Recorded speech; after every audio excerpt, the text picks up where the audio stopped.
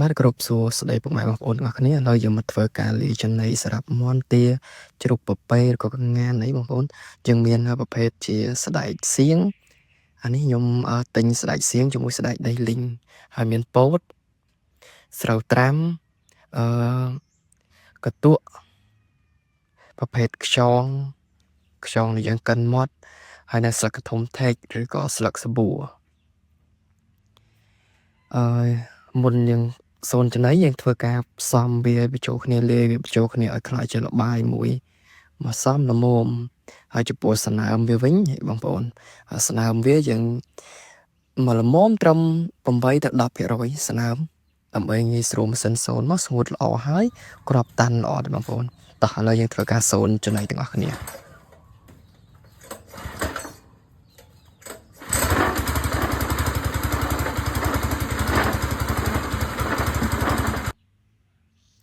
ព្រោះចំណីក្នុងការសូននេះដែរវាមានភាពងាយស្រួលសម្រាប់មាន់ទាក្នុងការស៊ីអញ្ចឹងបងប្អូនព្រោះអីវាអត់មានរឹសកកាយស៊ីតែរបស់ណាដែលវាចង់ស៊ីអញ្ចឹងប្រូតអ៊ីនក្នុងហ្នឹងវាមានគ្រប់គ្រាន់ទាំងអស់មានសារធាតុប្រភេទកាល់ស្យូមបន្លែអីដែលមានក្នុងហ្នឹងស្រាប់ស្លឹកកធុំថេតយ៉ាងដាក់ហ្នឹងដើម្បីជាជំនួយដល់ប្រូតអ៊ីនផងហើយស្លឹកកធុំថេតក៏ជាថ្នាំធម្មជាតិក្នុងការទម្លាក់សត្វល្អិតផងដែរនេះបងប្អូនមកទស្សនាក្របសូនគឺថាដូចចំណីក្រុងអញ្ចឹងបងប្អូនសម្រាប់បងប្អូនដែលមានធនធានអាចស្រែម៉ាស៊ីននេះមួយទៅស្រួលសម្រាប់បងប្អូនចាំសัตว์ចាំអីងាយស្រួលព្រោះយើងចំណាយដើមតិច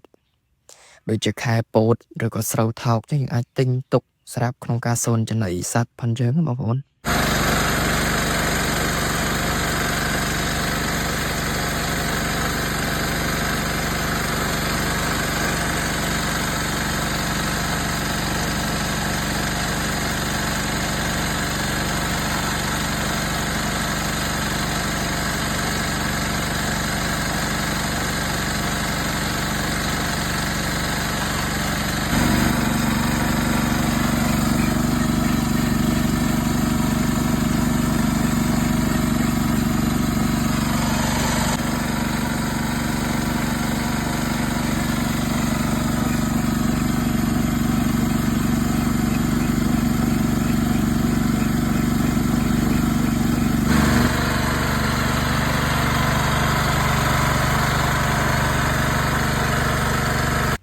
បន្ទាប់ពីយើងធ្វើការ